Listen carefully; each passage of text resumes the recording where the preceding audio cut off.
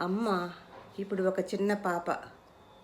దేవుడి కథలు చెప్పి, భక్తి విలువ చెప్పి, దిద్దించి, అమ్మ ఆవు నేర్పించి, చందమామను చూపించి గోరుముద్దలు తినిపించి, చందమామ చదివించి చక్కని పదాలు నేర్పించి, చిన్న గాయమైతే విలవిల్లాడిపోయి అల్లరి చేస్తే మహదానందపడిపోయి, నన్ను ముద్దు ముద్దుగా పెంచి జీవితపు ప్రయాణంలో అలసిన అమ్మ ఇప్పుడు ఒక చిన్న పాప.